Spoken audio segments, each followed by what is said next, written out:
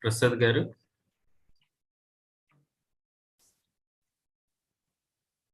Sir, you are on mute. Kindly unmute. Namaste, everybody. All of you are welcome. This is a wonderful day, Narasimha Jayanti in United States. I think in India, you are just, for some of you, it is still Narasimha Jayanti. For some of you, it is one day past the Narasimha Jayanti. On this particular auspicious day and on wonderful Sunday morning, we have Dr. Aravinda Rao Garu speaking about, wonderful conversations. He's Shankara Vijayam, right? Madhaviya Shankara Vijayam. And all of you who have been following Advaita Academy, you know Dr. Karanam Aravinda Rao very well. But for some of you who are new, I'd like to introduce him again. Dr. Karanam Aravinda Rao is a retired Director General of Police, Andhra Pradesh. He studied Sanskritam under Mahamahopadhyaya Padma Shri Dr. Sri Pullala Sri Ramachandrudu and studied Vedanta under Mahamahopadhyaya Swami Tattvavidananda Saraswati.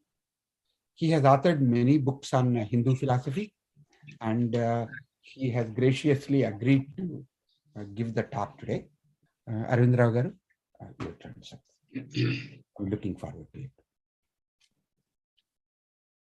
Om Shuklam Bharadharam Vishnum Sasivarnam Chaturbhujam Prasannavadanam Dhyayet Sarva Vignopashantaye Ajnanantargahana Patitan Atmavidyopadeshaihi Ratum Lokan Bhavadava Shikhata Papapachyamanan Muktva Maunam Vatavitapino Mulato Nishpatanti Shambhor Murtisharati Bhuvane Shankaracharya Rupa.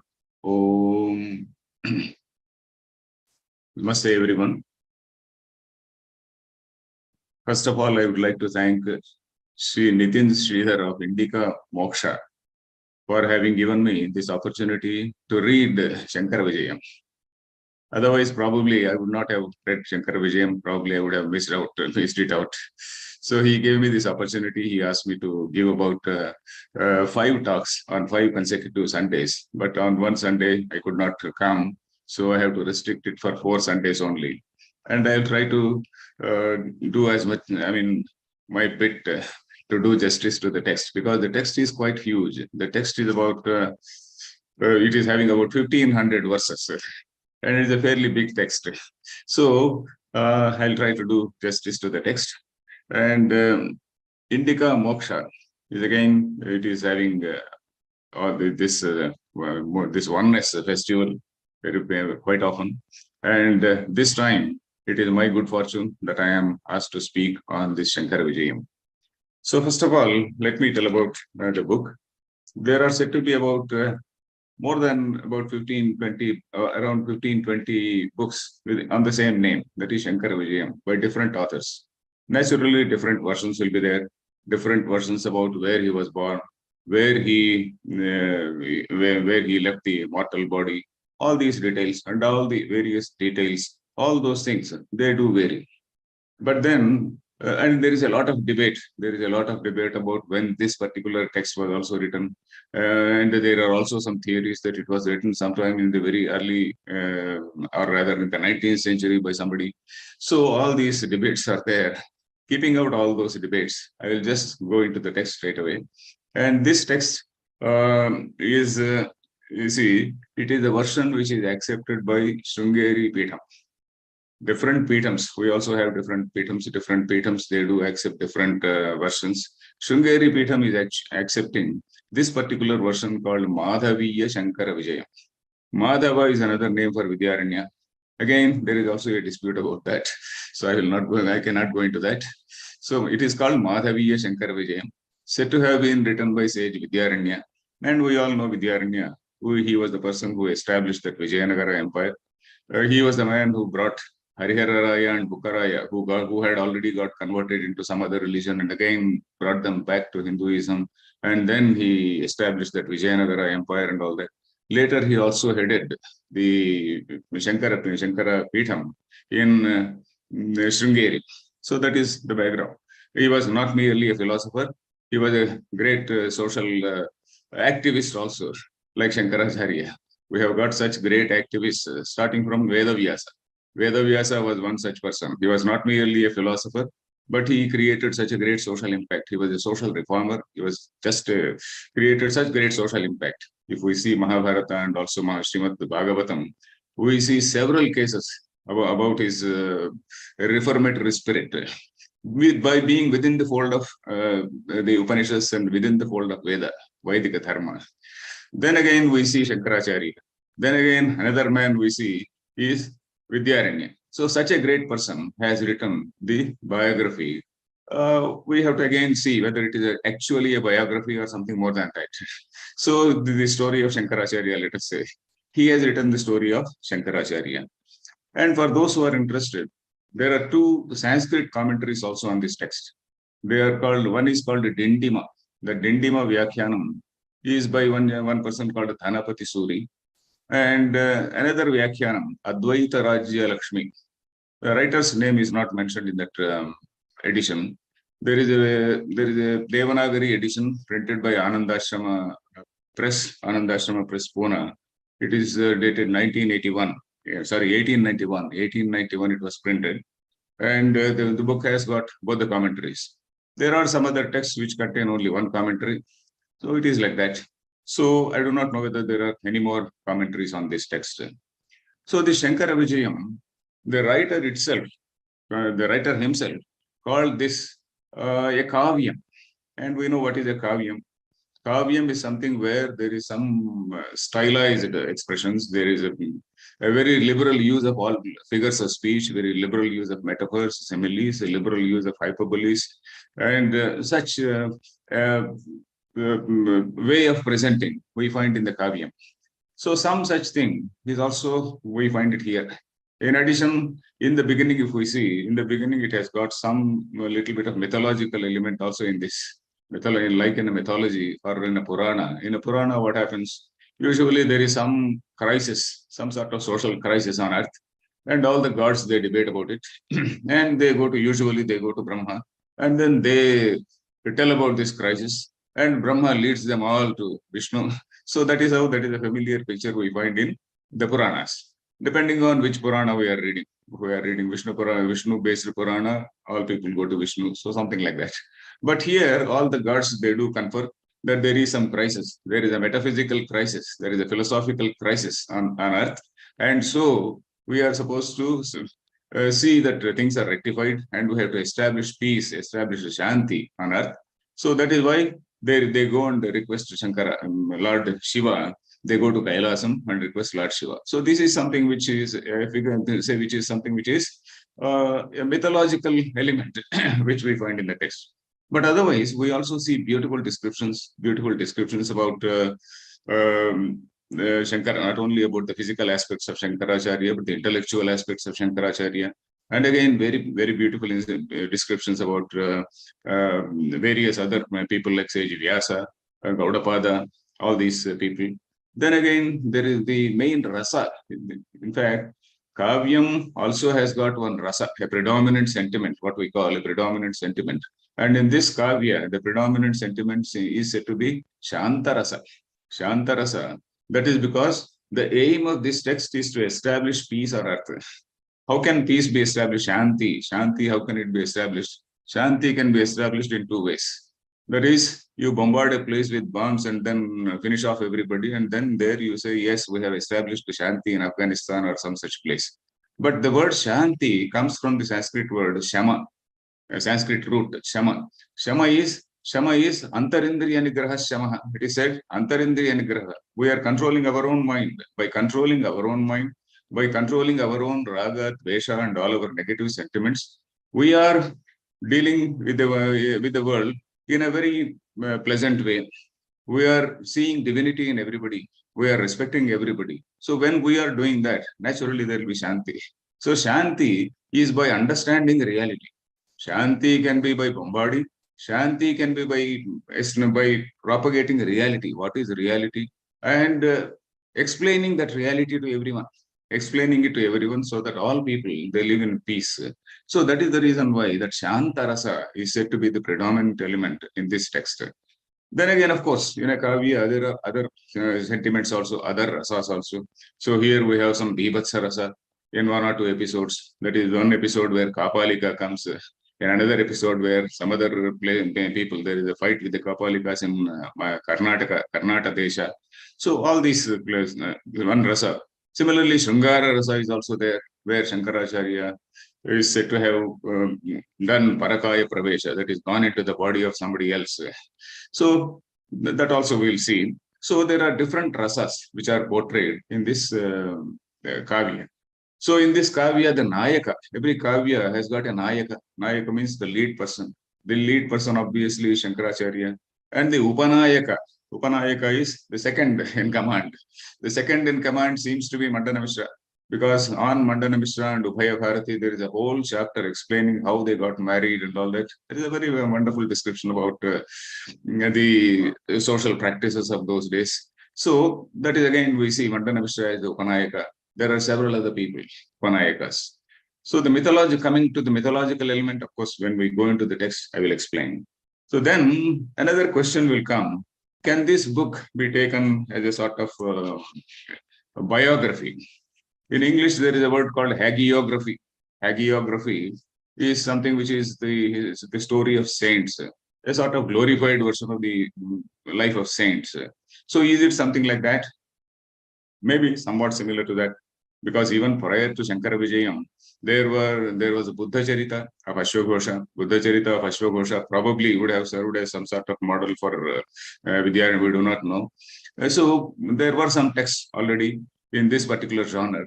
And in English also, in other religions also, there are texts under this genre, particularly in the Christian world, there are texts under this genre. Then probably in that like in hagiography, there is some little bit of stylized or rather idealized expression. We'll see all that. And so a critical reader, of course, should we call Shankaracharya an avatar of Shankara, of Lord Shiva, or should we treat him as a great person? That is a question which we have to leave it to the reader or a critical reader. Because if a very ordinary, very orthodox person would like to believe that Shankaracharya is the avatara, very avatara of Lord Shiva, but somebody, a critical reader, may like to respect him. Because if we make him a god, then what happens is there is a danger. There is a danger that we do some puja, we end up doing some. Recently, I also heard, we saw that there is a kalpa also which has been created for Shankaracharya Archana. So if we do Shankaracharya Archana, break coconut, offer Naivedyam, and all those things, we will stop reading Shankaracharya's books. Then that danger is there. So we have to keep that in mind. We have to see how Shankaracharya used his debates as, in fact, there are two ways of clashes. One is the physical clash which takes place in the battlefield. The other is in the intellectual field. And in the intellectual field, what are the weapons? In the intellectual fields, the weapons are the Nyaya. Nyaya means all this logical logic. Nyaya Shastra is the weapon. So we have to master that Nyaya Shastra. We have to see what are the debates. We have to see what are all the strategies, no, not strategies, what are all the arguments. What are all the arguments used by Shankaracharya while debating with the people. Unless we know those arguments, we cannot deal with the present day Purvapakshis. So present day rivals, let us say. We have to make a Purvapaksha of their Siddhanta And then we have to debate and see what is the truth. Our job is not to, our aim is not to establish our own doctrine or our own belief system. Here, it is not a belief system for which we are fighting. It is about truth. You see, there cannot be any debate in a religion. If it is a religion, there is only a belief. Religion means a belief system. In that belief system, I say something, yes, this is my God. So there is no debate about it. But in philosophy, as in science, there will be a debate because science wants to establish truth. Philosophy also, as the very name says, philos and sophies, the love for truth. Then similarly, tattva, when we call it tattva or darshana, tasya bhavaha tattvam, tasya bhavaha, that is, tattvam is the knowing the reality of that tat. Tat in Vedanta refers to the supreme Brahman, supreme reality, and we have to give a name, and that name is Brahman. So that is how this is. It is. So it depends on the person. It depends on the reader whether we want to consider Shankaracharya as an avatar of Shiva or as a really great personality whom we have to emulate. So that is what I leave it to the reader. So I think before going into the text, we have to also briefly recapitulate the intellectual climate of the day, the intellectual crisis. Because what was the crisis which the gods wanted to solve? Because the Vedas are there. Vedas have given dharma. As Shankaracharya says, Dividho hi vedokto dharma pravrutti lakshana nivrutti lakshanascha. How a human being has to conduct himself in the world, that is one level. The other one is, what is the supreme reality? What is knowing what is the truth? That is the higher level. Nivrutti dharma. Nivrutti means not only detachment, detach and keep quiet in a room, not like that. Nivrutti dharma is about self-realization. Self-realization, even that self-realized man conducts himself in society in order to enlighten others. So that duty also is there. So like that, it is not exactly a duty on him, but they do. So that Vedic dharma, about the Vedic, the purport of the Vedas, there have been debates. What exactly is the purport of the Vedas? Some people said Vedas, they only talk about karma.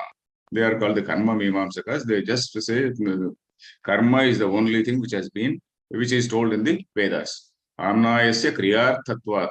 Anarthakyam atadarthanam, they said. Amnayasya kriyarthatvat. Amnaya or Veda is meant only to direct a man to you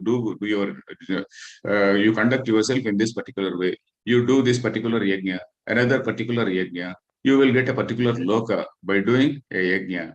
So like that, Amnaya or Veda is only about telling what a person has to do. And what all has been told in the name of Atma Vichara and all those things, they are all peripheral and they do not matter. That is their contention. So what all we call as Vedanta, they just almost dismiss it. And there were some other people. There was a Nyaya philosophy. Nyaya means not nowadays. Nyaya means justice. We in ordinary in Telugu and also in other regional languages, we use the word Nyaya to refer to justice, to mean justice. Nyaya doesn't mean justice. Nyaya is the logical or logic. So this logic is very important. They had different opinion. Vaisheshikas, they had different opinion, different idea about what the Vedas say. And again, Sankhya, they also said they were very close to Vedanta. They are almost close to Vedanta because they made a distinction between Prakriti and Purusha. That is a very great distinction. Prakriti and Purusha, Prakriti, the insentient, and the Purusha, the sentient, the matter and mind, that division, that discussion. They're very great people. They also had a different opinion.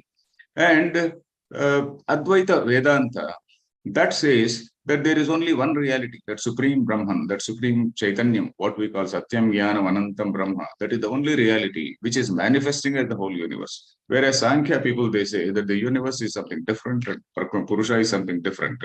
So that Siddhanta also has to be finally, at the final level, it is refuted. Though most of the things of Sankhya Vedanta, Sankhya Siddhanta have been accepted by Shankaracharya.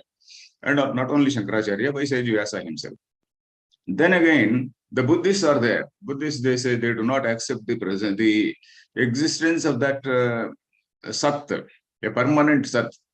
Sat means that which is Kalatitam, that which is beyond the time. Something which is existing beyond the time, past, present, and future, Trikala Abhatyam, that type of Sat, they do not accept it. Who? The Buddhists. So all these people had to be discussed, and they had to be debated, and then truth has to be established. So that was the purpose of Shankaracharya. That was the philosophical crisis at that particular time. So all the gods, they do approach Shankara. They go to Kailasa and approach Shankara. So that is the picture. And it is not as though Shankaracharya was eager to establish some religion or something like that. He wanted to defeat everybody. It is not with that defeating spirit which he went about, that conquering spirit. It is not as though he went with a conquering spirit. And why? Because he gives a challenge. Why? If you win, I will become your student. If I win, you have to become my student. That is Anyonya Shishyatvam, is the Panam. Panam is the bet. What is the bet in all these debates? If I lose, I will become your Shishya. If you lose, you have to become my disciple. So like that, Anyonya Shishyatvam. So it is a very, very honest way of settling disputes. It is a very, very honest way. And that is what is a very great tradition we see in the debating tradition. Is something which is very great in our culture. So now, with this brief introduction, we can come into the text. I'll read the very first sloka. As I said, the text consists of 16 sarga, like any kavya. In any kavya is divided into various sargas. Sarga literally means a creation. Sarga is sargascha, pratisargascha. Sarga actually means a creation, surajana. Then sarga is a chapter. We can say in English, we can say a particular chapter or a canto, as we say. Each having around, in this particular kavya, each is having around 90 or 100, something between 90 and 100. Some large chapters, they are even having 150 verses. So altogether, there are more than 1,500 verses. So which we have to cover in a matter of 4 days. So I will almost run fast, reading some slokas here and there. I'll try to cover the first 4 sargas and also enter the 5th sarga today. That is my objective. Then we may we may go beyond an hour and a half. So I'll read the text. The first sarga, Pranamya Paramatmanam Shri Vidyatirtha Rupinam Prachina Shankara Jaye Saras Sangruhyate Sphutam. So he is referring to, he of course, first of all, our obeisance to Paramatma. And again, Vidyatirtha, the Guru of Madhavacharya. And also he says that there was a book called Prachina Shankara Jaya. That is, now we are having a book which is having about 16 verses, 16 sargas and about 1,500 verses. But this Prachina Shankara Jaya is much, much bigger. So we get glimpses of this Prachina Shankara Jaya in the commentaries, the Sanskrit commentary by Dhanapati Suri, Dindima Vyakya. In the Dindima Vyakya, he quotes, in one place, he quotes about 300 verses from that Prachina Shankara Jaya. So probably that Prachina Shankara Jaya, I am not very sure whether it is still available in its entirety, but it is some 300 odd slokas have been quoted in chapter number, in this 15th sarga, by the commentator. So which means that it is much, much bigger. So those 300 slokas that is relating to the debates with so many other types of several philosophical schools, they are not there in this particular text. So anyway, so here the writer says, I am just taking the essence of that Prachina Shankara Jaya. Then he also says, it has already been discussed, many poets have written on it earlier, Stutyopi Samyak Kavibhuh Puranaihi, Puranaihi Kavibhihi Stutya. The earlier poets have already written on Shankara Bhagavadpada, but Shankara Bhagavadpada will still accept my book. That is how, now you see that Alankara, that is, did not Krishna Shiradhishayi Sarasir Bhakshaha Shiram Punah Kim Nachakamena Goshthe. So though Lord Vishnu, somebody Shiradhishayi in the ocean, he stays in the ocean of milk, did he not accept milk from the poor cowherd women? So like that, Shankaracharya is a man with great heart. He will accept my book also. Then he also says, I will purify my tongue. My tongue has been praising all some useless people on earth. What type of people? Dhanyam manya vivekashunya sujanam manyabdhikanya nati nrutyon matta naradhama katha samardha dushkardamaihi. It is something which is tainted with the kardama. Kardama means mud. What is that mud which is sticking onto my tongue? That is, I have praised all types of people who call themselves very successful. Dhanyam manya, that is calling themselves successful. Vivekashunya, ignorant people. Then again, Sujanam manya, calling themselves self-righteous. All such foolish people I have been praising. Probably Vidyaranya, because we know that Vidyaranya was also a minister. He was also a minister in the Kakatiya Empire. So probably it may be true or may not be true also in a poetic way. When we say poetry, in poetry there is some little bit of poetic license. So the poet takes some type of license. He need not stick to literal truth. There is some little bit of exaggeration. So Digdham me gira madhya Shankara Guru Krida Samudya Deshaha. So now, by singing the glory of Shankaracharya, I am purifying my tongue, which had earlier been tainted with all dirt, all panka. Panka is kardama. Kardama is something which is panka. That is the mud. Then similarly, then again, I have to skip so many pages. So that is why, because the whole book has to be covered. So then, the Neta, the writer says, Neta yatrollasati Bhagavatpada Sangyo Mahesha. In this Kavya, who is the hero? Neta. Neta means Nayaka. Nayaka is Bhagavatpada Sangyo Mahesha. The word Bhagavatpada is also used by Vidyaranya. Mahesha, Lord Shiva is Lord Shiva in the form of Shankaracharya is the hero, is the Nayaka, the lead person in this Kavya. Shantiriyatra Prakachati Rasaha. Sheshavan Ujvaladhyaihi. Then Shantihi Yatra Prakachati. Shantarasa. Shantarasa is the rasa, predominant rasa in this. It is called the Angi rasa. Though there are some other Anga rasas. Anga means unimportant rasas like Bhivatsa, then Shrungara, etc. But the predominant rasa, Angi rasa, is the Shantarasa.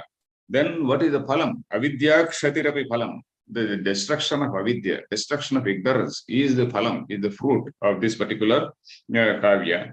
Dhanyo Vyasachala Kavi Kavivaraha Tat Krutignascha Dhanya.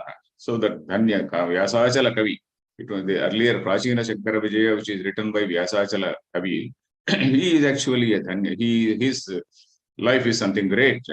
And people who have studied it, they are also great.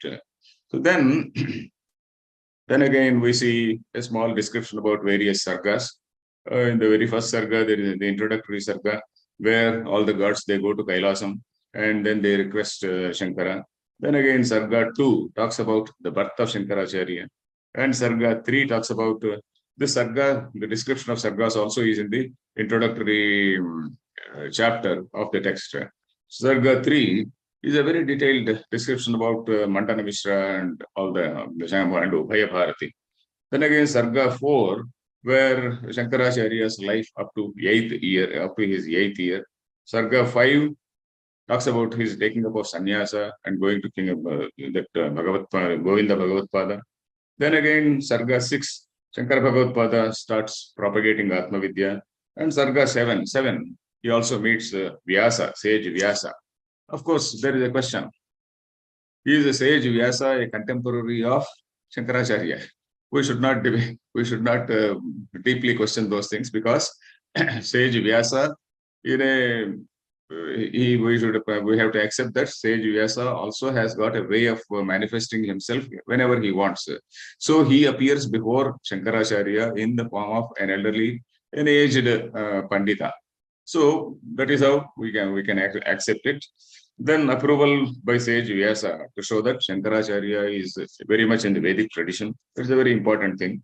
Then again, that the 8th sarga is somewhat like the heart of the text. That is where the debate with Mandana Mishra, the great debates, among the great debates, we see that the debate with Mandana Mishra is one, debate with Bhattabhaskara is another one. Of course, there is no great debate with Bauddhas, though there is very brief dismissal of brief mention and dismissal of the Bauddhas. There are no great details about the debates with the Buddhists. Then again, so like that, all these sargas, they go on from 8th sarga onwards. Then again, after that, how he does Parakaya Pravesham. Then again, the clash with the Kapalikas. Kapalikas, their idea was their policy was to kill, to select some highly learned pandits, highly learned brahmanas, and then offer their heads to Bhairava. So that was their religion. That is, if they have to find all ordinary Brahmins, they don't have any threat. But then if there is a very great Pandita, so his head has to be offered to Bhairava for pleasing Bhairava. So that was their philosophy. And so that person had to be defeated. Then how he acquires various sishyas like Hastamalaka, Totakacharya, etc. And again, 14th chapter, 14th Sarga talks about his important Shishya, Padmapada. Padmapada, he goes around and then Tirthayatra. Then again in 15th chapter again, it is a very big chapter where there is a debate, and Shankara debates with a lot many schools. And again the 16th chapter, which is the final chapter, where he ascends the Sharada Pitha by debating with local scholars there in the Kashmir Desha. And there we see the glory of Kashmir Desha also. So like this, in 16 sargas, it is mentioned. Then again, in this first chapter, we also see that there is some metaphysical element, as I said. Okay, for example, the gods, they go to Shiva, then they say, Vijñātameva Bhagavan Vidyate Yad Hitayanaha, Vanchayan Sugatan Uddhavat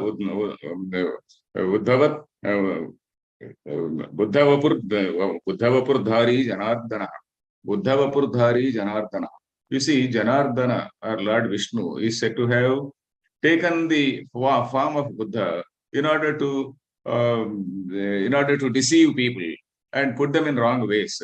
So this is something which is slightly, the commentators are silent on that. Why have we called that Buddha is an avatar of Vishnu, and Vishnu is trying to deceive people and then put them in the wrong ways, and now they have to be brought back to the right way? Then again, so there is a lot of confusion like this, and we have to bring people back into the Vedic discipline. And na sandhyadini karmani. So there are no rituals anywhere, and people have given up even sandhya vandana and things like that. Sarve pakhandatam gataha. All people, they have become haters. Pakhanda is somebody who hates the Vedic dharma. So people are like that, and there are many other people who are following various agamas. Shiva, Vishnu, Agama Paraihi, Linga Chakradi Chandhitai, somebody following Shiva, Agama, Shaiva Agama, somebody Vaishnava Agama, Shakta Agama, and then with various marks on their bodies, they are fighting among themselves. So, like that, then Kapalikas, Sadyah Krutta Dvijashiraha, that is by cutting the heads of these Dvijas, Pankajachida Bhairavaihi, offering to Bhairava. So, such people are also there. So, Tad Bhavan Lokarakshartham Utsadya Nikhilan Khalan. So, you have to defeat all those people. Khala means all the bad people. You have to defeat all those people. Lokarakshartham, you have to go, you have to take avatar. Then Shankara also says, yes, I will take a human form. I will also write Bhashyam Kurvan Brahmasutra Tatparyarthavinirnayam. Till that time, Brahmasutra Bhashya was not there.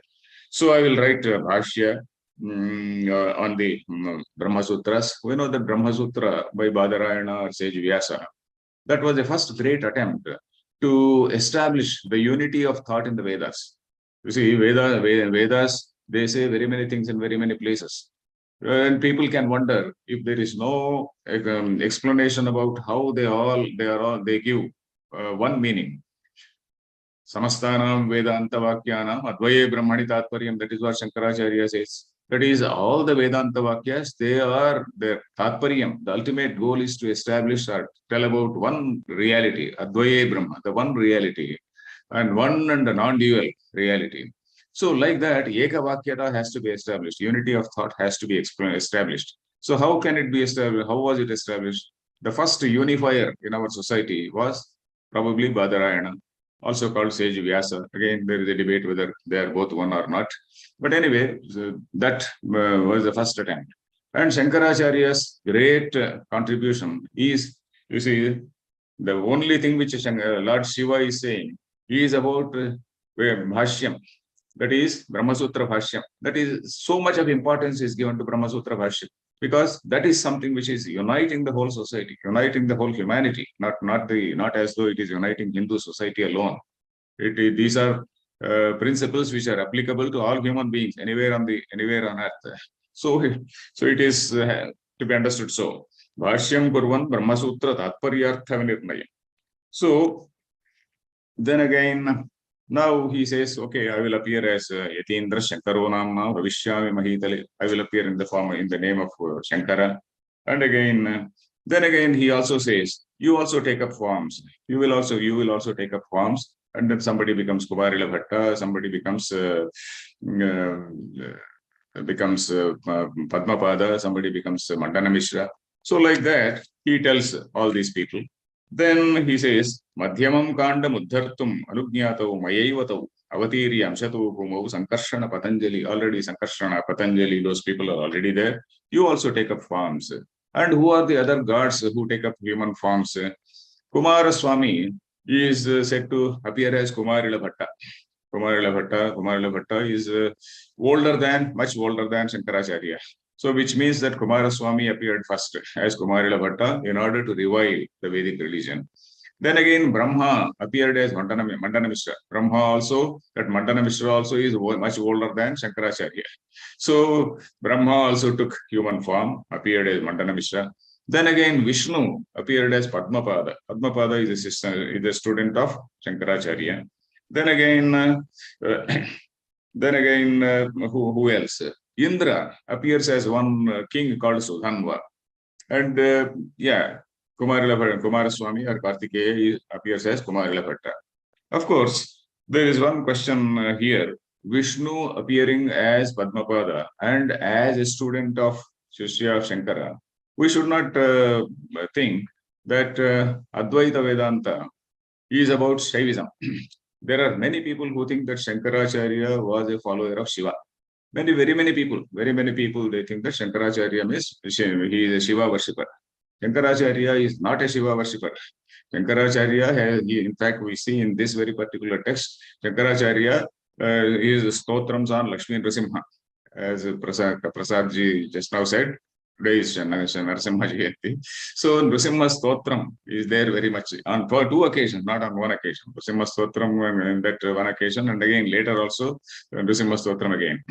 So like that, it is not as though there is a Shiva is supreme and then Vishnu is somebody below, because Advaita Vedanta does not make any distinction between Shiva and Vishnu.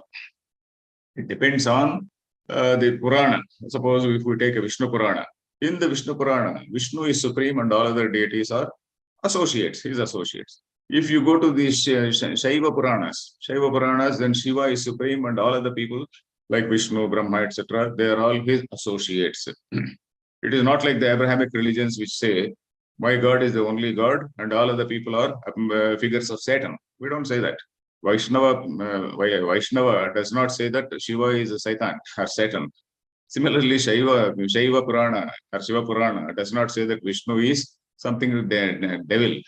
But then they only say, oh, yes, he is secondary. So we have to give that much of concession because they wanted to harmonize. We see Shankaracharya's role is to harmonize so many traditions. It is not as though to demolish all these traditions, but to harmonize, give everyone his place. Your place is this, your place is this. Karma has a place, Upasana has a place, Yoga has a place, Atma Sanyama has a place. Then finally you have to come to Vedanta.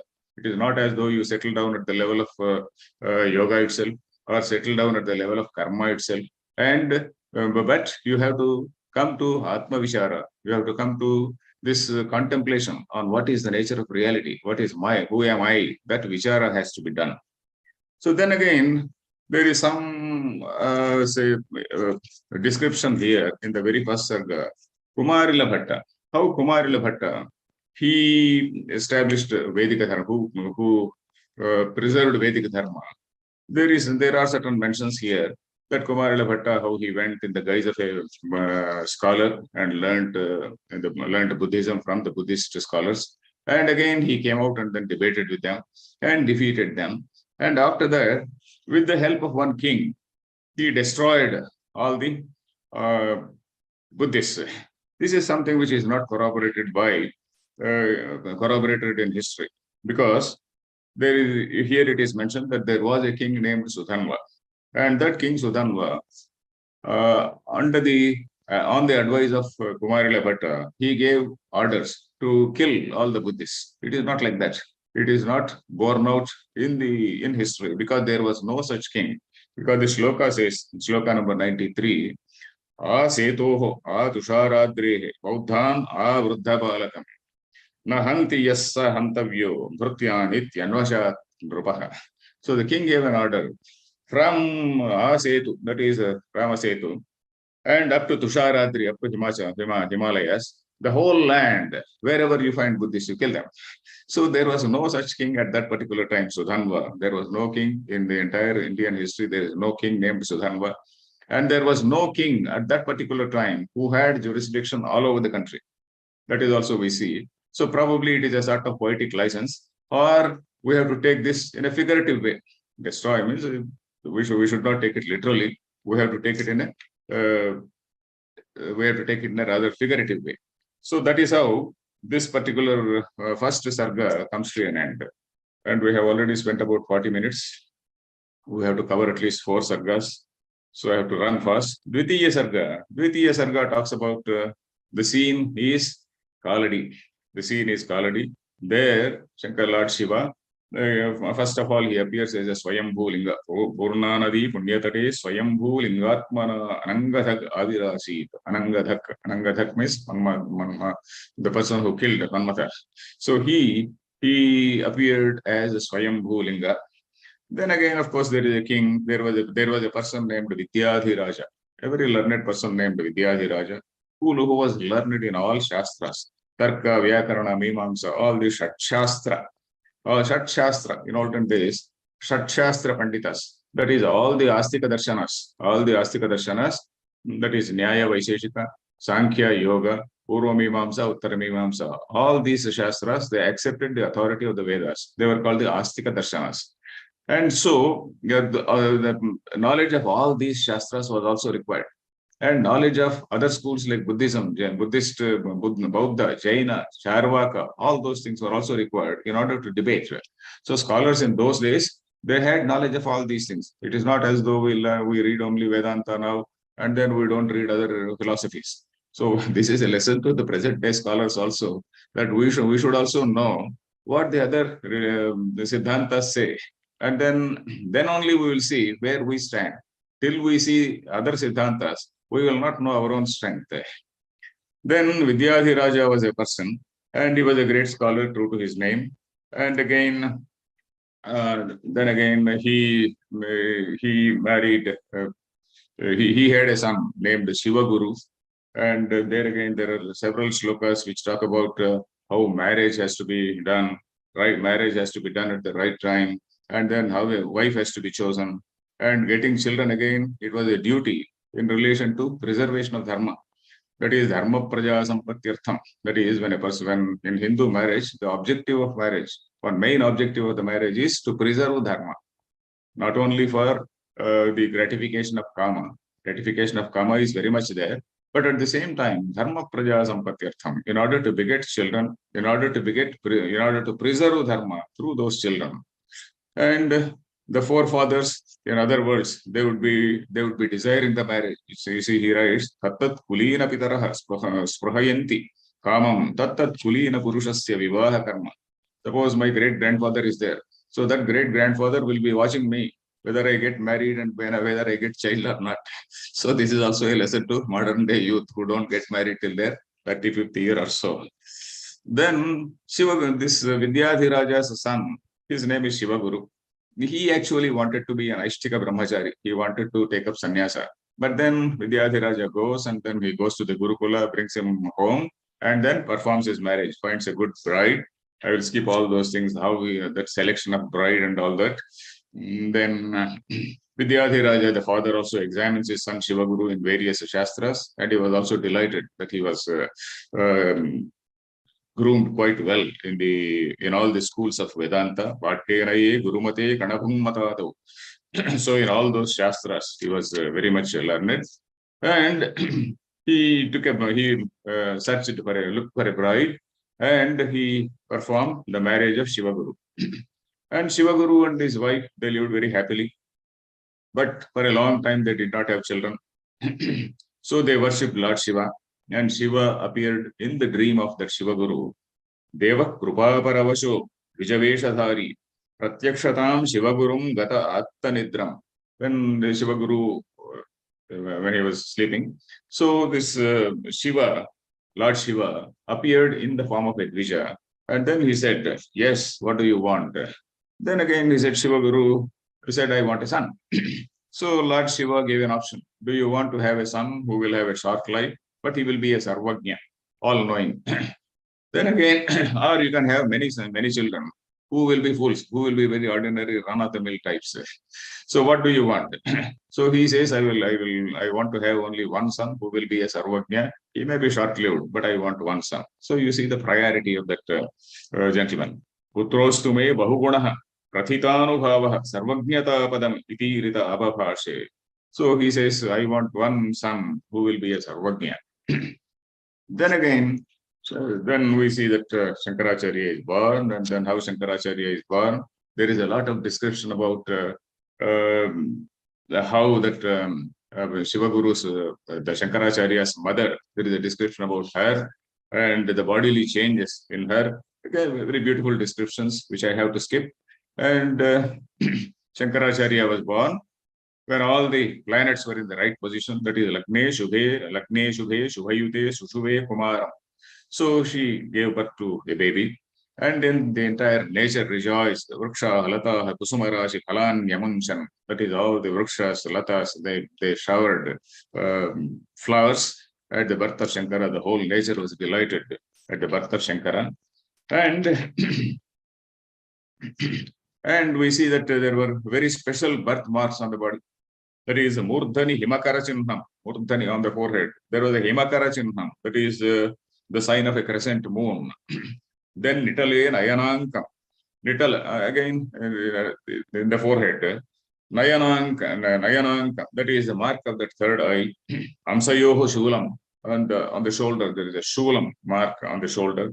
Vapush is Phatika Savarna, the entire body, very, very, very fair in color. So people thought, yes, he is Lord Shiva himself. So like Lord Shiva, even the birthmarks were like that. So now I have completed chapter 2 in a very, very fast manner, 93 verses in about 15 minutes or so. Then again, we come to we come to the Tritiya Sarga. In this Tritiya Sarga, then we see that, we see the other people. When there is an avatar, other demigods also are born as his assistants. They were all born in the families of very great scholars. So that is what the first shloka says. Iti balamruganka shekhare sati balatvam upagate tataha. Balamruganka shekhara. That Shiva as a child, as a small boy, balatvam upagate. Then Divishat Pravaras Sarve, all other great gods, Rajagnire, they were all born. Bhuvi, Shakshastra Vidam, Satam Kule. They were all born in the families of Shakshastravit Pandita. They were all born in the houses of very great scholars. Shakshastravit, as I said, those who were very well versed in the 6 Shastras. And who, again, there is a description here. Then who appeared as what? Vayudeva, Vayudeva's Amsha. Hastamalaka was born. Skanda or Kumaraswamy was already born as Kumarila Bhatta. Brahma Mandana Mishra was already born as the Mandana Mishra, who was later called Sureshwaracharya. Saraswati was also born earlier. She was called Bhaya Bharati. Then with the same Amsha, Vayudeva, another teacher, another Shishya, Totakacharya was born. And then again Bruhaspati was born as Anandagiri. So like that, Advaita, so like that, all these gods, they appeared in human form. Again, here again, we have to see that it is not against Shiva's supremacy or anything. It is only a Jnana Avatara of Shiva. That also is mentioned here, that Jnana Avatara of Shiva, like Shiva's Jnana Avatara is Dakshinamurti. Then Vishnu is somewhat like Dushta Shikshana, Shishta Rakshana. Vishnu is for Sthiti. We see that Brahma, Vishnu, Rudra, Srushti, Sthiti, Laya. Srushti, that is Rajoguna, we say. Sthiti. Sthiti is again maintaining law and order. It is somewhat like maintaining order in the society. So that is the reason why we see that Vishnu takes up some form and then kills people, etc. Shiva is associated with a laya. Laya is that resolution or dissolution, as we say. And this actually, the final laya is only by knowledge. There laya again is, a normal laya is, there is a dissolution of the universe. Then again, laya for the jiva is only with the knowledge. So Shiva is again the person who is associated with the knowledge. Again, we see that between Shaivism and why Shiva is preferred by this Advaita school is that Shiva is more, or probably the image of Shiva is more compatible with Vairagya. Vishnu is more compatible with some pomp, luxury, and then there is more bhakti. There is no doubt about it. There is devotion in Vaishnava tradition, but still it is associated with some little bit of pomp, splendor, and then some alankara, etc. Then again, some pulihora, tadyodanam, and all those things. Whereas Shiva is more associated with vibhuti. He is a person who is said to be staying in Smashana. So it is like that, said to be a Digambara, more simple, more compatible with Vairagya. So, of course, in Vaishnava tradition also there may be Vairagya, but that is something like a family type of Vairagya. But this is more serious type of Vairagya in Shiva. So probably that is the reason why the image of Shiva is accepted by people who do yoga and who are in the process of withdrawal, who are in the process of what we say nivrutti, who are in the process of nivrutti. Shiva is more compatible with that. Then let us see, we'll skip again. Then again, how Ubhaya Bharati was born. Saraswati, it seems she had a curse from Durvasa that she has to be born on earth. Because sometime on one occasion, it seems Durvasa did not pronounce a particular letter in a particular way, in a particular swara, in a particular way. So Saraswati laughed at him. Then again, he got angry and then he gave a curse, you go, be born there. So like that, she took human form. Then this Mandana Mishra, his earlier name was Vishwarupa. Mandana Mishra's earlier name was Vishwarupa. And he was Brahma himself, Brahma born as Mandana Mishra. And he was one who was who knew all the Shastras. Brahma, naturally, he is the person who knew all the Shastras. And Saraswati also, Saraswati Ubhaya Bharati, who was born in another family, she knew that Mandana Mishra. She also heard about Mandana Mishra. And by mere hearing, like Rukmini develops a love for Lord Krishna. Similarly, this lady Ubhaya Bharati, she also develops love and affection for Mandana Mishra. And then she says, she tells her father that she will marry only Mandana Mishra, that Vishwarupa, at that time Vishwarupa. So he too learned that there was a girl called Ubhaya Bharati. So he too expresses his love, and he too tells his parents about his love for Ubhaya Bharati. So that is how they both get together. And the parents were also happy because the father of the girl, he sees that the bridegroom is a great student of Kumarila Bhatta. Mandana Mishra was a great student of Kumarila Bhatta. So that is how he was also happy. So here, let me read one or two shlokas also. So he says, the father of the girl, Sishyam enenam asishat sacha bhattapadaha. So Bhattapada Kumarila Bhatta, he taught this boy. So naturally, this boy is a great person. Kim tena sangatamidam satima vishari. Oh, don't worry about who the boy is. This boy is a student of Kumarila Bhatta. Naturally, he is very well groomed. So disciple of Kumarila Bhatta means he is having the highest qualification. So he tells his wife, he convinces his wife with his wider experience. So he also says, Vidyadhanam Dvijavarasya na Bhahya Vittam. We should not see the Bhahya Vittam. Bhahya Vittam means we should not see what is his bank balance, etc. We have to see what is his education. That is important for a Dvija, he says. Kim Parnyate Sudati Yo Bhavita Varono Vidyadhanam Dvijavarasya na Bhahya Vittam. There is also a shloka, Kanya Varayate Rupam, Mata Vittam Pita Shrutam. So like that, Mata usually thinks about money, whether my daughter is going to be very comfortable there in the husband's house. So, but then he says Vidyadhanam is preferred. Then, so like that, they Sarvatmana Duhitarona. Yeah. Then again, when they send their daughter to the groom's home, again there is a briefing to her how she has to conduct herself in that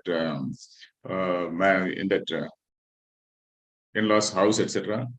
And we see that there is a lot of description about how that marriage takes place and then various formalities during marriage. And that is all because Mandana Mishra has the status of this Upanayaka in this Kavya. And his marriage is described in great detail. Then again, Jagraha Panikamalam Himamitra Sunu, the son of Himamitra, that is Vishwarupa, he took the hand of Vishnumitra Duhitu Karapallavena. That he took the hand of Ubhaya Bharati, who is the daughter of that Vishnu Mitra. Then again, they were there in Diksha after marriage. It seems there is a Diksha for 4 days. Diksha dharo dina chatushkam uvacha prushtaha. Uvasa, not uvacha, uvasa prushtaha. So they stayed for 4 days in a Diksha. Then again, after that 5th day ritual, that handing over of the daughter and entrusting her care to the groom's parents. So they also give, oh, she is a very learned lady, and you please tell her whatever you want to tell her. You tell in a very gently way. Sarvajnata lakshanamasti purnamesha kadachid vadatoh kathayam. So she is a sarvajna. She is also a person who has knowledge of all the shastras. And we advise her in a friendly manner. Vayam sudhi bhuyahi sarvayeva pasyad gurutvam shanakaih prayata. It's a wonderful line. Vayam sudhi bhuyahi sarvayeva. We are actually friendly. We are actually friendly to her, and that is how we attain our gurutvam. Suppose you want to become a guru, to be accepted as a guru. Unless you are friendly, you will not be accepted as a guru. So, particularly in the case of children. In the case of children, we have to be very friendly, and in a friendly way, we have to become gurus. Paschat Gurutvam Shanakaih Prayata. Paschat, later, Gurutvam, that Guruhood, or rather Guru's position, Shanakai, in a slow manner, we acquired it or we achieved it. Then we see they tell their daughter about how she has to conduct herself. Then again, how a good wife has to behave. Patya Bhuktavati Sundari Masma Bhungshva. That is, before the husband gets up, you have to get up. And then you have to eat after the husband eats. All those things were that was the Acharya in olden days. Purva Aparadi Niyamoste Nimajjanadav. So Purva Apara. And then Urdhangana Charitameva Param Pramana. And then you have to see the elderly women, how they behave. Urdhangana Charitam Eva Param Pramana. We see in our tradition that a lot of importance is given to elderly women. In the Apastamba Sutra also there is one sutra. After Apastamba tells all the Grihya Sutras, there is one sutra at the end which says, Astribhyah Pratiyeram. That is, if something is left untold, because anybody cannot visualize all situations and then he cannot tell about what a person has to do in various situations. So he says, if there is something which is unsaid, you please see the elderly women, Astribhyah Pratiyeram. So there is again one longer commentary also on that. So you have to learn from the elderly women. So that is what the parents of Ubhaya Bharati tell her while sending her to the husband's place. Vardhangana Charitameva Param Pramanam Purvotthai Jaganya Shayi. Purvotthai, that is getting up earlier, Jaganya Shayi. After the husband sleeps, she can sleep. Then again, so like that, they give some advice to her. You have to respect the in-laws like you respect as Pitroriva Shvachurayoho Anuvartaniyam. These are all things which we see, the sociological aspects in this text. Then the reason why she was called Ubhaya Bharati is that she brought fame to the parents' house and also to the husband's house. So that is the reason why this shloka says, Hitopadeshe Vinivishtamanasau, Labdhanumanau Gurubandhavargato, Babhuva Sangyo Bhaya Bharati. So she brought fame to both houses. So that is the reason why she got the name Ubhaya Bharati. Then that is how I in a very, very fast manner. I completed the 3rd chapter. Now we come to the 4th chapter, the Chaturtha Sarga. I think we have got, it is 8, only 1 hour. Chaturtha Sarga, I will go slightly slowly because we have gained some time. This Chaturtha Varga, we have come back to the childhood of Shankaracharya. We have come to the childhood of Shankaracharya. We see Bala Leela, what we call like the Krishna, like Sri Krishna's Bala Leelalu. We also see some Kavya Bala Leelalu. It is all Kavya Maryada, as the writer, the commentators say, it is all Kavya Maryada. That is what we find in the Kavyas. Kavyas, they do stylize, they do give a beautiful description of various Leelas. Then, how he was very brilliant. Shankara Bhagavadpada learnt his mother tongue. In the very first year, he says, Atha Shivo Manujo Nijamayaya Dvijagruhe Dvijamoda Mupavahan Prathamahayana Eva Samagrahit Sakala Varnamasau Nijabhashikam means in his own language. His own language is that Malayalam. That Prathamahayana Eva Samagrahit. Prathamahayana Eva, in the very first year, he learnt his native tongue. Then again, he was a highly precocious child, and the parents, they did various samskaras like chaulam, then again chuda karanam, all those things they did. Then again upapadana nirvyapeksha, he learned all the Vedas even before they were formally taught. You see, this is the advantage of being born in a very scholarly family. In this scholarly family, there are so many people who are reciting Vedas. Even the child has got a great opportunity to learn. This also we have to see. He learned Vedas. Upapadana nirvyapeksha dhihi. Upapadana means teaching, presenting. Nirvyapeksha, without the apeksha of teaching. He learned papatha ahruti purvaka agaman. Adhikavyam aramsta karkashe pyadhikans tarkanaye tyavartata. He also learned the various argumentative styles of Tarkashastra. Then we see that the father, Shiva Guru, he dies in the very 3rd year. So in fact, he wanted to perform the Upanayana of Shankaracharya in his 3rd year. But then even before that, that person, he breathed his last, even before Shankara's Upanayana. Then again, mother, Aryamba, she performs the Upanayanam in his 5th year. Upanayanam kila panchamavatsare pravara yoga yute sumuhurtake dvijavadhur niyata janani shishor vyadhita tushtamana sahabandubhihi. So the formal initiation into Vedic studies, though informally he had already learned by listening to various scholars in his house, formal initiation into the Vedic studies took place in his 5th year. Then again, all Vidyas, here again there is a description about how various Vidyas, all the branches of knowledge, they have to again subsume in Vedanta.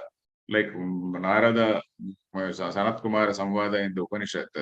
So here Narada had learned so many Vidyas. And all those Vidyas, they are mere words, says Narada.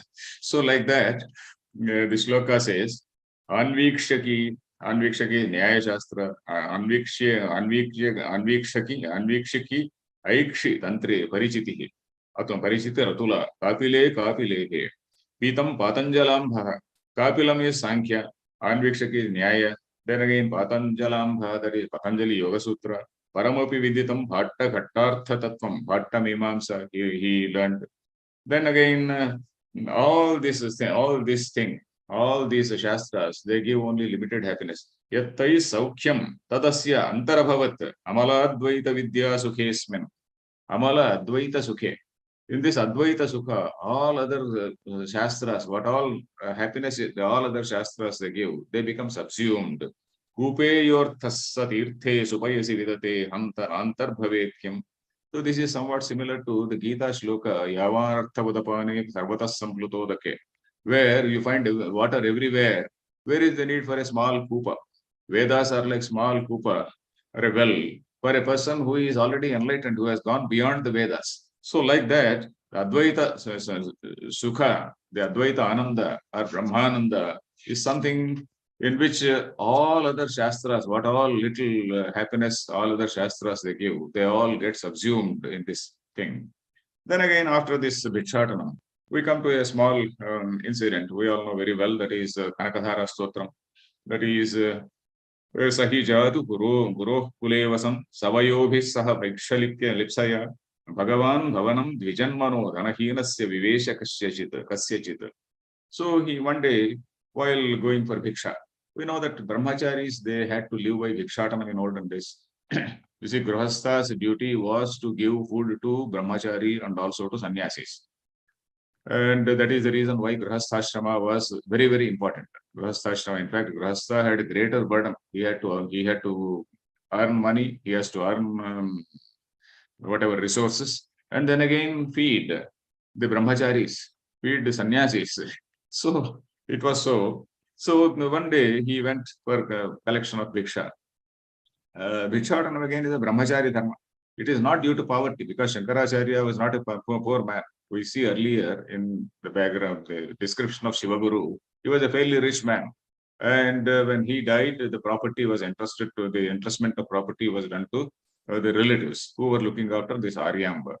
So it is not due to poverty, because his father was a well-to-do man.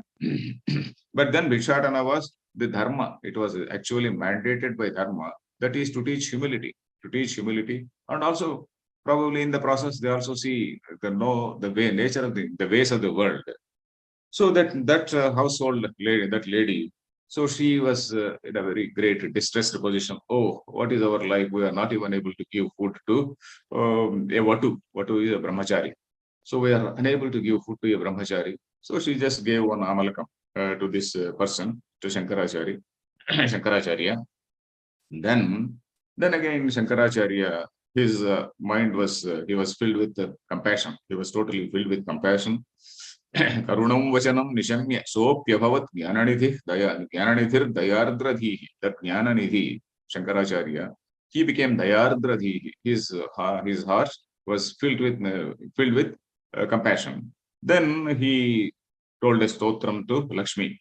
Sa Munibhir Sa Munihi Murabhit Kutumbini. There are special prayogas in this text. The greatness of this text is there are very special prayogas. For example, Murabhit Kutumbini. Murabhit is the person who killed that Rakshasa called Mura.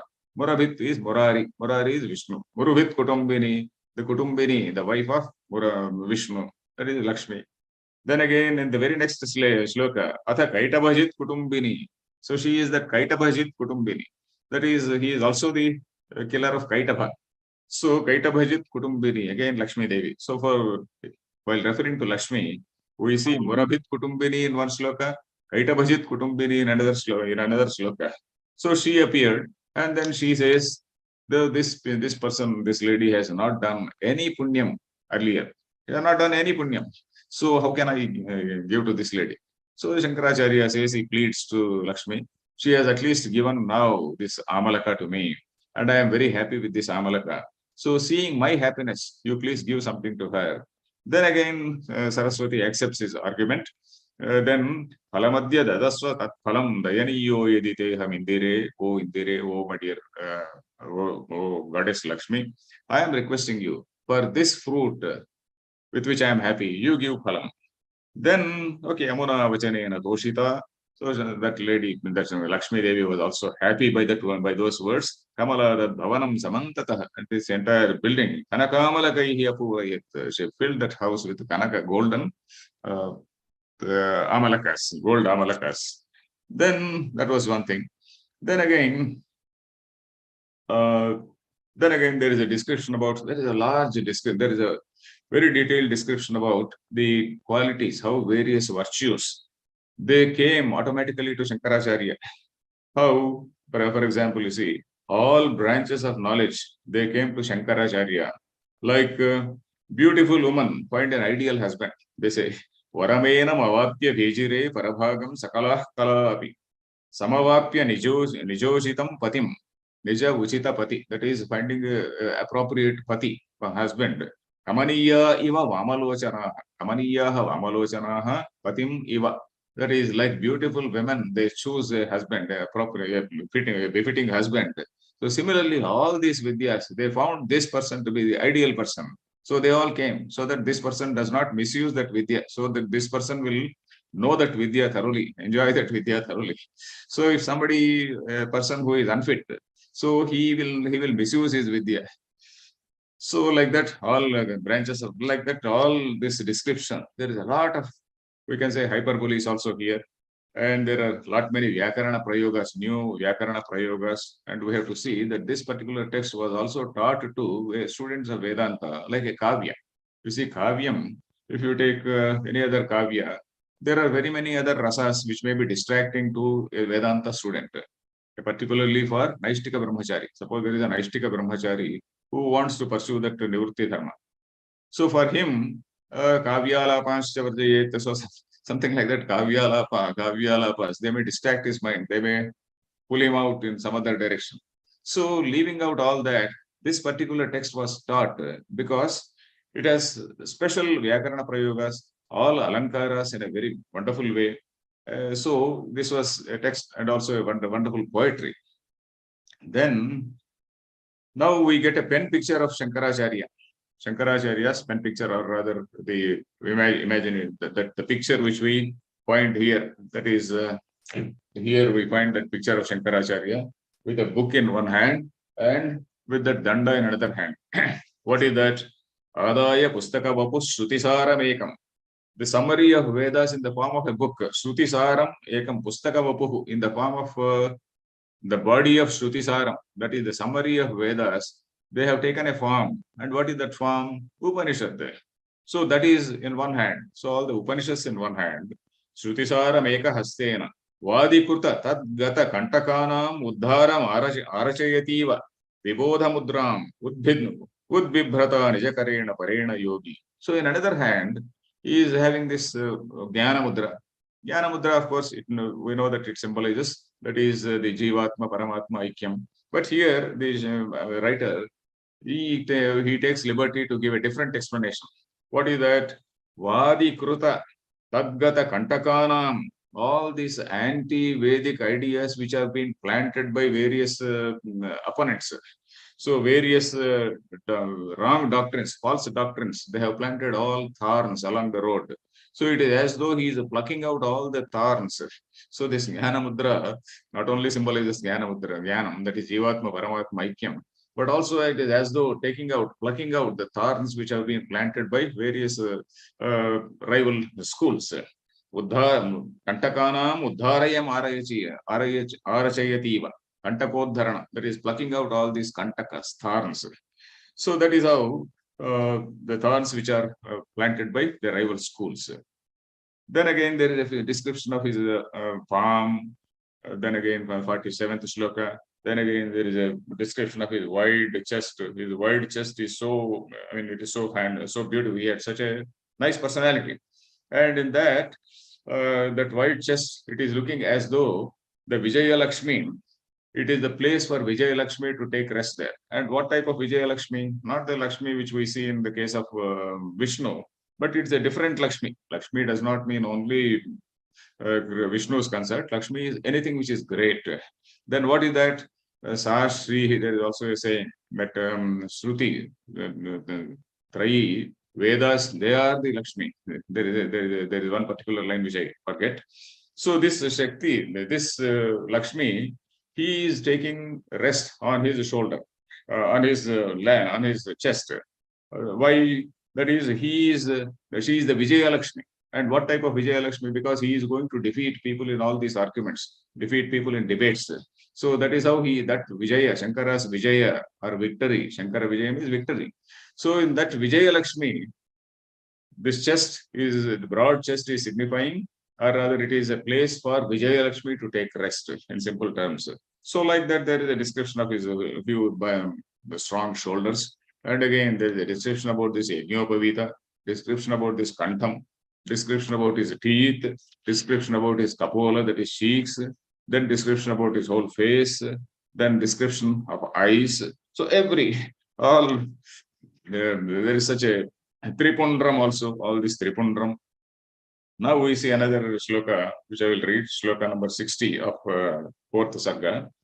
Ajnananthargahana patitan atmavidyopodeshaihi tratum lokan bhava dava shikha tapa papachyamanan muktva maunam vatavitapino mulato nishpatanti shambhormurtis charati bhuvane Shankaracharya Rupa. It is a very famous shloka which is a prarthana shloka used by, it is used as a prarthana shloka by many scholars. Ajnana antargahana patitan. The people who have lost themselves, or rather who are in that great dense jungle called Ajnana. This Ajnana is a dense, dark jungle. Ajnana antaha gahana patitam. So those people have to be uh, uh, taken out, and those people have to be liberated. How? Atmavidyopodeshaihi, by teaching this Atmavidya, by teaching this self-knowledge. Tratum lokan bhava dava shikha tapa papachyamanan. So these are, and how are the people? Bhava dava shikha tapa papachyamanan, repeatedly being roasted in the fire of birth and death. Bhavatapa, that is, we talk about the three tapas. What is the tapatraya? That Adhyatmika, Adhidaivika, Adhibhautika, tapa. So what is this tapa?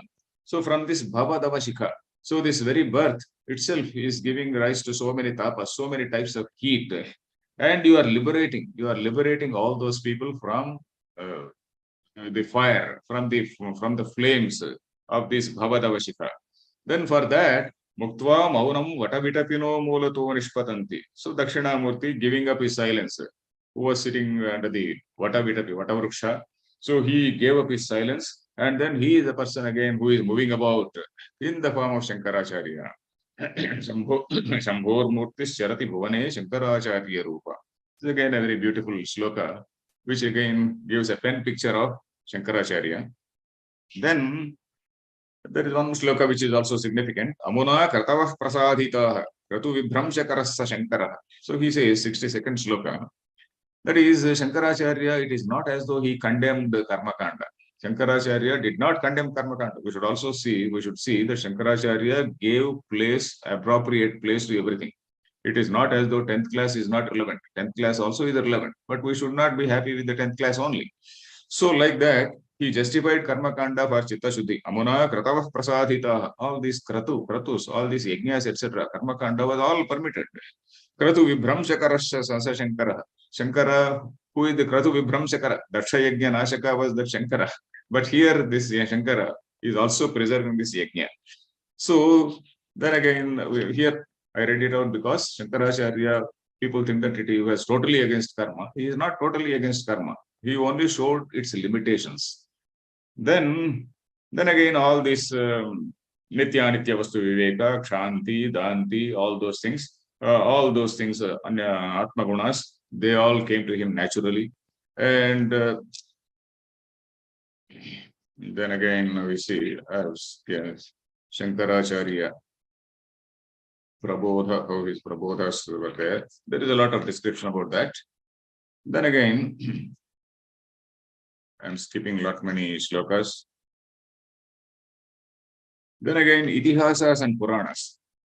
There is one shloka, that is 106. Itihasa Purana Bharata Smriti Shastrani Punah Punar Muda Vibudhai Subudho Vilokayan Sakalagnyatva Padam Prapedivan. So, he studied all this Itihasa, Purana, Bharata, Smriti Shastrani. This is probably this shloka is the origin for Shruti Smriti Purana Namalayam Karunalayam Namami Bhagavatpada Shankaram Loka Shankaram. That is probably this shloka is the origin, or I do not know. But anyway, it's similar to that. Itihasa, Purana, Bharata, Smriti Shastrani, Punah Punaha. He saw them, he examined them, Punah Punaha. We also see that Shankaracharya, he repeatedly examined Suta Samhita. Tam Ashtadashadha Vilokya Shankara Suta Samhitam. There is a shloka. Shankaracharya is said to have examined Suta Samhita 18 times.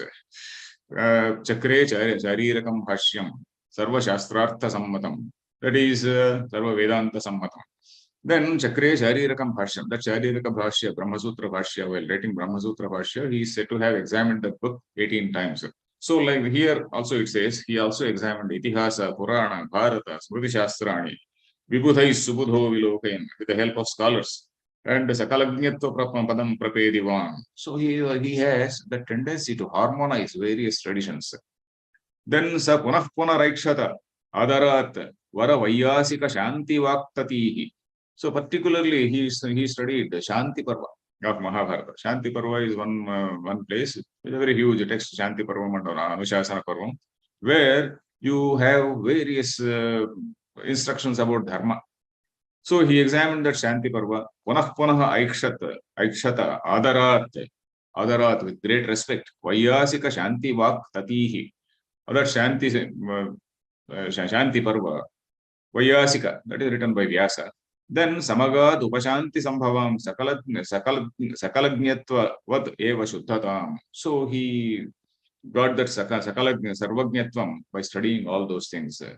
Then now there is a final shloka, which is a very picturesque shloka. That is shloka number 110. Shloka number 110 says, Ekasmin Purushottame Ratimatim Sattvam Ayonyudbhavam.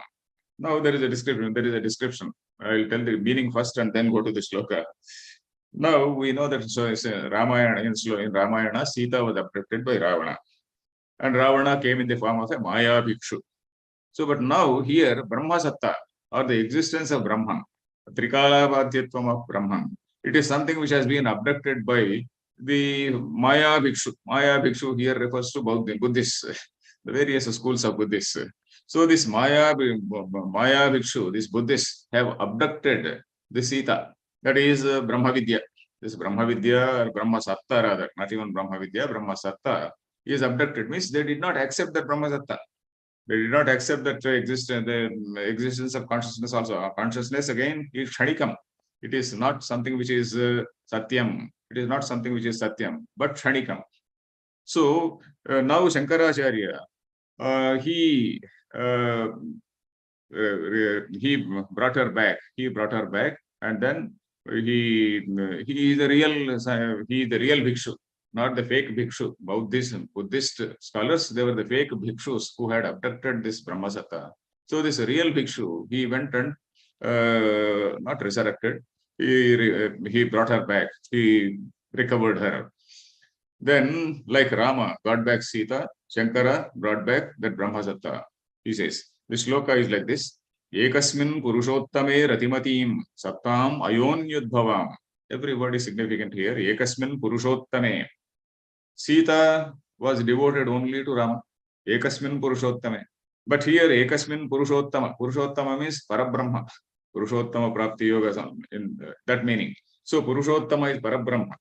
So, Purushottama in one sense refer to Parabrahma, another sense refer to Rama. Ratimatim Sattam Ayonyudbhavam. Ayonija. Ayonija is Sita. But here Ayonija means Apaurusheya. Apaurusheya Veda. Apaurusheya Vedavak.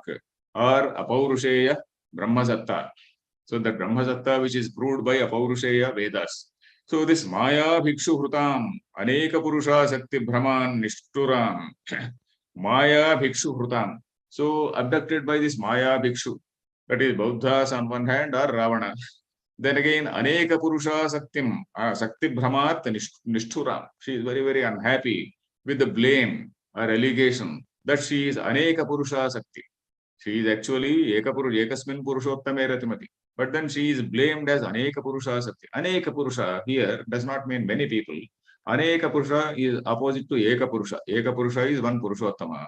Aneka Purusha means one who is a very ordinary person.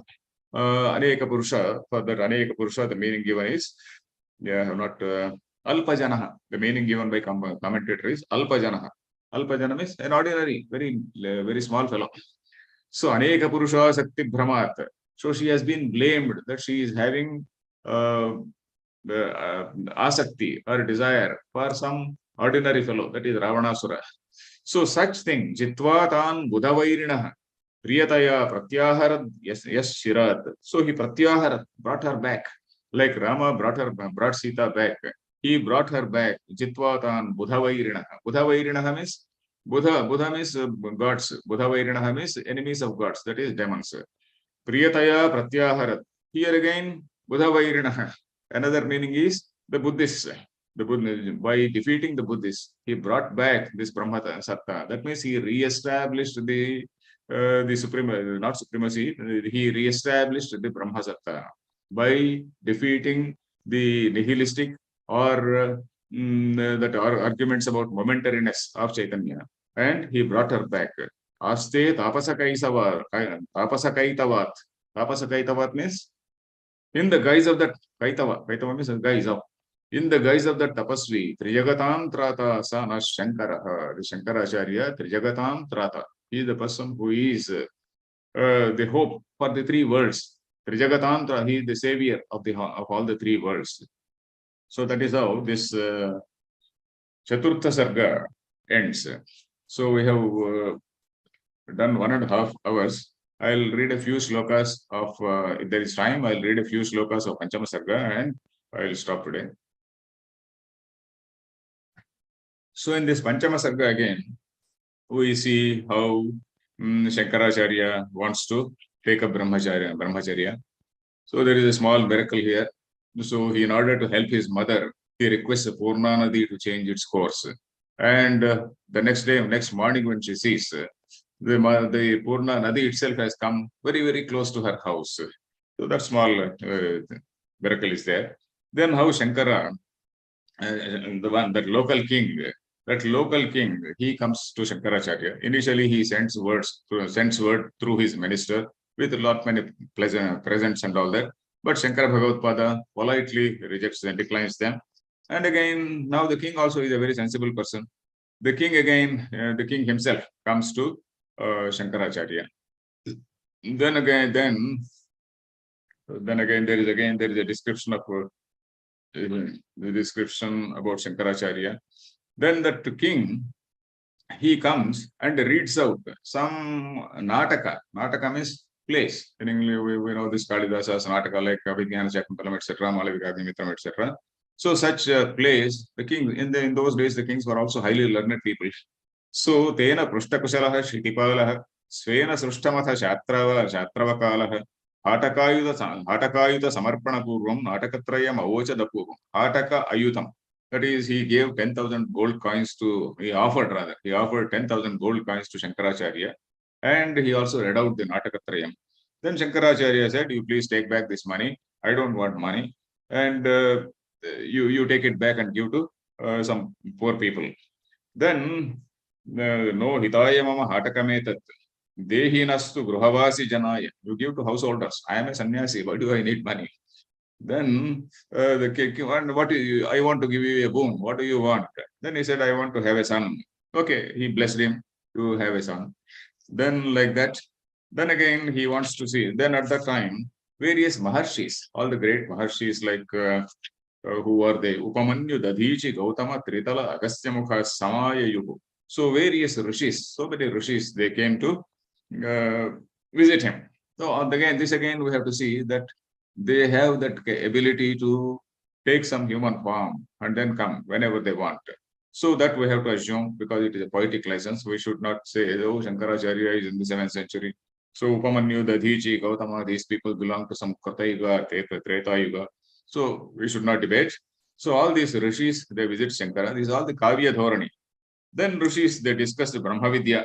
Vihitanjalina, Vipaschita, Ganayoktya, Vishtarami. So Shankaracharya treated them with great reverence. And Shankaracharya, we see that he treats all these rishis and elderly people with very great reverence. So he doesn't behave like Avatar, and then he doesn't behave like they have to come and worship me. Not like that. He worships all the elderly rishis and elderly people. Then all these people, they discussed several aspects of Brahmavidya. Rishaya, Paramartha Samshaya, Amuna Sakam, Achikaran, Katha. All these Katha. Katha means not stories, but various discussions. Several aspects of Brahmavidya. Then taking that opportunity, Aryamba, mother of Shankaracharya, he asks all these rishis about the lifespan. What is the lifespan of my son? Then Agastya comes forward. He says he is actually preparing the mind of Aryamba. We see, like in Ramayana, Agastya prepares the mind of Sita. He doesn't tell directly that she is going to suffer. But indirectly, she says, yes, there may be some difficulties, but you are going to get back at the end of 14th year. So Agastya is somebody who prepares the mind of Sita. So here also Agastya is preparing the mind of Aryamba about the shortness of Shankaracharya's life. So he says, when your husband meditated on Lord Shiva had given an option to your husband. So, but your husband himself, he opted for a boy who would be short-lived, but then who would be a Sarvajna. So that is how it is. But still, don't worry. So his actual lifespan is 8 years only. And with by some miracle, he will get eight more years. That is that Nakragraha, that crocodile catching him, and then at that time he takes a decision to take sannyasa. Not takes a decision; he has already taken a decision. So he tells his mother that I will take sannyasa. At that time, he got 8 more years. Then again, 16 more years he will get later. So totally, he will live for 32 years. He will say. So then again, this lady Aryamba became highly depressed about knowing the short span of life of Shankaracharya. Then again, Shankaracharya, how he tells his mother, Patinama Sutana Lalita, oh mother, we have got innumerable lives, and you have raised so many, Katinama Sutahana Lalita, you have cuddled so many children, like cuddling the babies. So you have cuddled so many children in so many lives. Are they there? They're gone long ago. Then again, so many relatives and all these people were there. Bhavasanga khalu pantha sangamaha. Bhavasanga, this meeting here in this world is somewhat like, it is like the meeting of various travelers. Various travelers, they come and meet in some sort of guest house or some cavern. Nowadays we call it guest house. In olden days, a cavern. So like in such cavern people meet. It is like that. They just meet and depart. They just meet and depart. So all human interactions are like that. In innumerable lives, we have seen you have seen innumerable sons, innumerable husbands, wives and parents. So there is no pleasure in samsara. Let me renounce and be a sannyasi. So again, it is a very tough teaching to her mother. So there are some more slokas in the way in which he tells, he tries to give vairagya to his mother. Then, of course, she says, no, why don't you get married? Srunushwame, teja buddhimimam, srunushwame, you listen to me, gruhamedhi bhava, you get married, putramapnuhi, you beget children. So all those things. So she says, and Shankaracharya, it was his 8th year at that time. So he decided to take sannyasa, and he was just thinking of some way. Iti vichintya sajatu memangshaya bahujalam saritam samupaya. He got into the river at a place where the water was very deep. There, jalamagahata tatra samagrahi jalacharas charane jalamiyushaka. So that is there at that place, one crocodile caught his leg. Then he cried out, "Oh mother, if you give permission to me, now this graha is a crocodile. Nakra also means a crocodile. So in fact, we remember this shloka, Nakra graha grasana nigraha vigrahasya. Nakra, what is this nakra? In Gajendra Moksha also we see a crocodile. What is that crocodile? Crocodile is nothing but samsara. Samsara, which is having such a terrible hold on us. And we are fighting with that samsara, with that nakra, to come out of its hold. So Shankaracharya cries out, "Oh mother, Tyajatinunamyam charanam chalo jalacharo amba tava anumate name." If you permit me, it will leave. If you don't permit me to take sannyasa, it will kill me. So you decide whether I have to get killed or whether you accept me as a sannyasi. So she had to permit, because she says, if he is alive, at least I can see him. Then he says, Grundhanti, yeah. So it is Sati Sute Bhavita Mama Darshanam. At least if he is alive, I will be able to see him. If he is not alive, then how can I live? So she thinks like that and gives permission. And finally she says, at least my last rites have to be done by you. Samskarametya vidhivat kuru shankaratvam nochet prasuya mama kim phalam irayatvam. So I have given birth to you. At least as a phalam, as a pratiphalam, you do my samskara. So she tells like that. And he accepts that. And he says, after taking up sannyasa also, in fact, I will see that you will get 100 times more phalam. then what I can give, I stay at home. If I stay, matas tatas shatagunam phalam apaishye. If I stay at home, okay, I will be able to serve you a little bit. But then shatagunam phalam, I will give. I'll see that you will get 100 times more phalam. So she made arrangements for her, and then he moves out. And then there is a Krishna temple near his house, and then that idol was getting washed away by the force of river. And Shankaracharya lifts it up slowly and then placed it on a firm pedestal. Now again we see that Krishna, Shankaracharya's, that is not, we can't say Ishtadevata, his family god is Krishna. Prodhutya Krishna Machalam Shanakaihi Bhujabhyam. So he lifted up that Krishna Shanakaihi Bhujabhyam with his shoulders, Shanakaihi, very slowly he lifted it up and placed it on a stronger pedestal. Pratishtapat Nikatayeva Nayatra Badha, where the water will not wash it off. So like that, then again, in this manner, he left home. Then we see in this 81st shloka, we will stop it. 81st shloka, I will just read and stop here.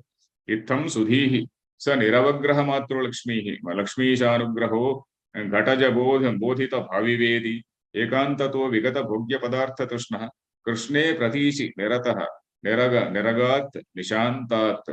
Very early in the morning, he left home. Krishne pratishi nirataha. Here the meaning of fixing his mind on Krishna. It is Krishna. Krishna, the meaning also is Parabrahma. Kuru, there is also a shloka which says Krishna is Kuru, Naiti, Nirvurti Vachakaha. There is some such shloka. Maybe tomorrow, next Sunday, I will tell that. So the commentators have written it. So Krishna is Parabrahma. So keeping his mind on that Parabrahma, he left home. Now, what happens after he leaves home, how he goes to Govinda Bhagavadpada and all that, we'll see in the next class, let me say. I'm not very sure how I did justice because the text is so huge and I have covered 4.5 sargas today. And the 8th sarga, the next class, is the most important because the discussion or debate with Mandana Mishra, I want to cover up to 8th chapter, up to the end of 8th chapter. So I'll stop it here. I'll leave it to Prasad.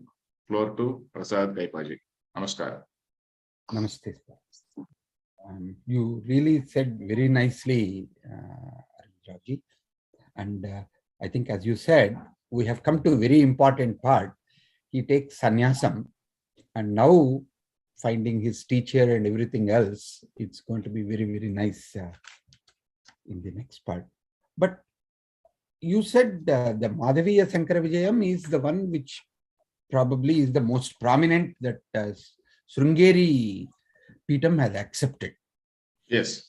Are there significant differences between this and the other ones? Yeah, very much. Yeah, very much. About where he left his body. In this Shankara Vijayam, we see that he left his body in Kedarnath. In another Shankara Vijayam, he is said to have left his body in Kanchi. According to this, he was born in Kaladi. In another version, he was born in a different place. So like that, there are major differences. But by and large, the Kanakadhara Stotram, debate with Mandana Mishra, and such Parakaya Pravesham, etc. So such things, and debating with various traditions. So all those things, they are common. But some of these small aspects, there is some variation. But of course, they are not even small. They are again major aspects. Where he left his body is again a very major thing. So there are such variations. And how many Peetams he established. So even that. Yeah. I think these are all debatable things because nobody has written at that particular time. I suppose that's what it comes down to. There are no questions as such at this moment. So maybe we should stop at this time, or would you like to speak a little bit more on any of the topics? Yeah, I wanted to stop here because it is already 1 hour, 40 minutes. So for people to listen also for a long time. So far it is story only. Next we will see. Well, there are many descriptions. I have just skipped all those descriptions. Earlier, it used to be taught to various students of Vedanta, all the students of Vedanta. Probably every shloka they read, and then Dandanvaya, then again Anvaya, Pratipadartha, and all those, along with explanation on Alankaras and all that. Nowadays, probably they may be doing somewhere, but now in a formal manner, it is not there. They may be doing so in our Sanskritam Shastra classes are, Paఠశాlas. right, Yeah, Shastra exactly. Paఠశాlas. Yes. Shastra Paఠశాlas, they will be doing a lot more in that particular. Yeah. Thank you. Boys, thank you. Hari Om Tat Sat. That's it.